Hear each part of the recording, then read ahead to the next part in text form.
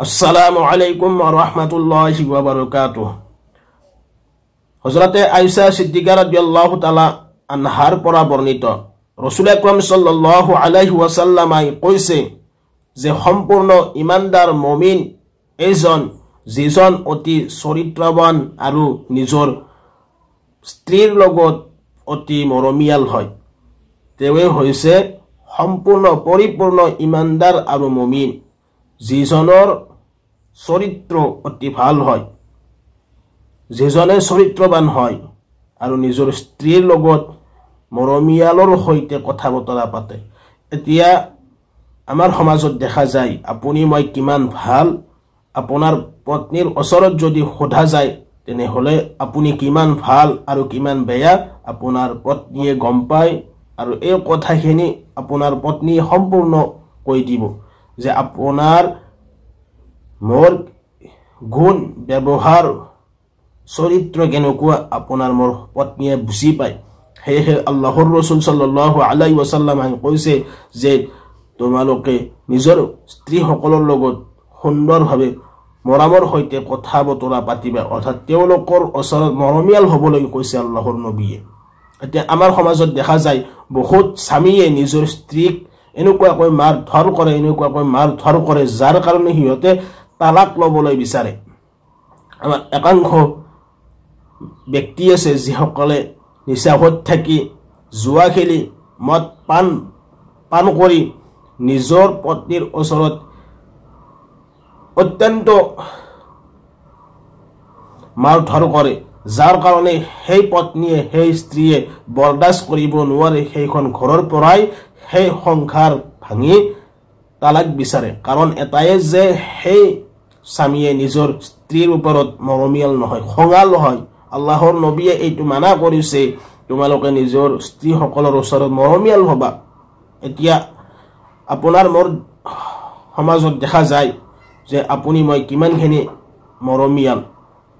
আমিতো নিজৰ স্ত্ৰীক কিমান মাৰধৰ কৰিছোঁ কোনেও ক'ব নোৱাৰে। কাৰণ দুখৰ বিষয় এইটোৱে যে নিজৰ স্ত্ৰী এখন বেলেগ ঘৰৰ পৰা আহিছে, সৰুৰ পৰা ডাঙৰ হৈ আপোনাৰ লগত আহিছে, এটা আশালৈ আহিছে। যদি সেইজনী ছোৱালীক বা সেইজনী মহিলাক যদি আপুনি মই এনেকুৱাকৈ বেয়াকৈ মাৰধৰ কৰোঁ তেনেহলে সেই মানুহজনী এজনী মানুহ হয়, কিন্তু আপুনি মই এইবিলাক কথা খেয়াল নকৰোঁ। আল্লাহৰ নবী সাল্লাল্লাহু আলাইহি ওয়াসাল্লাম হযৰতে আয়েশা সিদ্দিকা ৰাদিয়াল্লাহু তাআলা আনহাৰ লগত এনেকুৱা মহব্বত কৰিছিলে। আল্লাহৰ ৰাসূল সাল্লাল্লাহু আলাইহি ওয়াসাল্লাম এদিন হযৰতে আয়েশা সিদ্দিকা ৰাদিয়াল্লাহু তাআলা আনহাই যেতিয়াই পানী পান কৰি আছিলে, আল্লাহৰ ৰাসূল সাল্লাল্লাহু আলাইহি ওয়াসাল্লাম কৈছিলে হে আয়েশা তোমাৰ গিলাসটো মোক দিয়া। আৰু আল্লাহৰ ৰাসূল সাল্লাল্লাহু আলাইহি ওয়াসাল্লাম হযৰতে আয়েশা সিদ্দিকা ৰাদিয়াল্লাহু তাআলা আনহাই গিলাসৰ যি ঠাইত পানী পান কৰিছিলে সেই ঠাইত আল্লাহৰ ৰাসূলে সেই ঠাইখিনিৰ পৰাই আল্লাহৰ ৰাসূলে পান কৰিছিলে। এইটো উম্মতক বুজাব বিচাৰিছিলে যে তোমালোকে নিজৰ স্ত্ৰীসকলক মহব্বত কৰা, তেওঁলোকৰ ওচৰত মৰমিয়াল হোৱা।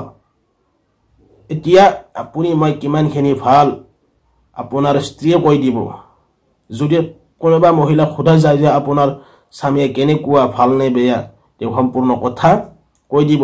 কাৰণ আপোনাৰ আখলাক যেনেকুৱা তেনেকুৱা কথা আপোনাৰ স্ত্ৰীয়ে কৈ দিব। কাৰণ আপোনাৰ স্ত্ৰীয়ে আপোনাৰ লগত সকলো সময়তে আছে, আপোনাৰ কেনেকুৱা আখলাক কেনেকুৱা চৰিত্ৰ সম্পূৰ্ণ দেখি আহিছে।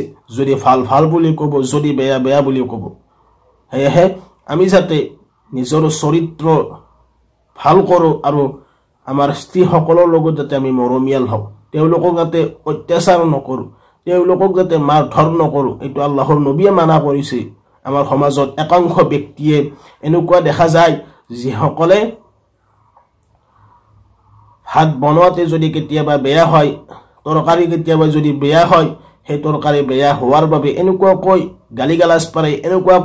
গালিগালাজ পাৰে নিজৰ পত্নী হয়, তেওঁৰ লগত সংসাৰ কৰিছে, সেইজনী মহিলাৰ লগত এনেকুৱাকৈ অশ্লীল ভাষাৰে গালি পাৰে, এনেকুৱাকৈ বেয়াকৈ মাৰধৰ কৰে।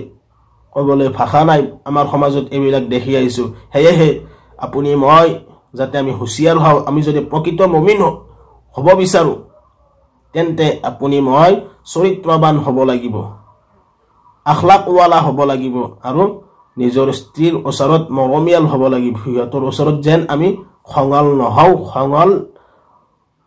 খং নকৰি সিহঁতৰ ওচৰত সিহঁতক মৰম কৰিম আদৰৰ সৈতে মৰম কৰিম এয়াই হৈছে আল্লাহৰ নবী সাল্লাল্লাহু আলাইহি ওয়াসাল্লামৰ আদৰ্শ আল্লাহৰ ৰাসূল সাল্লাল্লাহু আলাইহি ওয়াসাল্লামে কেনেকুৱাকৈ তেওঁৰ বিবি সাহাবাসকলৰ লগত আজৱাজে মুতাহহাৰা সকলৰ লগত কেনেকুৱাকৈ চলাফুৰা কৰিছিলে কেনেকুৱাকৈ কথা বতৰা কৈছিলে কেনেকুৱা মহব্বত কৰিছিলে তেওঁলোকৰ মাজত কেনেকুৱা মহব্বত আছিলে আপুনি মই যদি আল্লাহৰ ৰাসূল সাল্লাল্লাহু আলাইহি ওয়াসাল্লামৰ ৰিসালাত যদি তেওঁৰ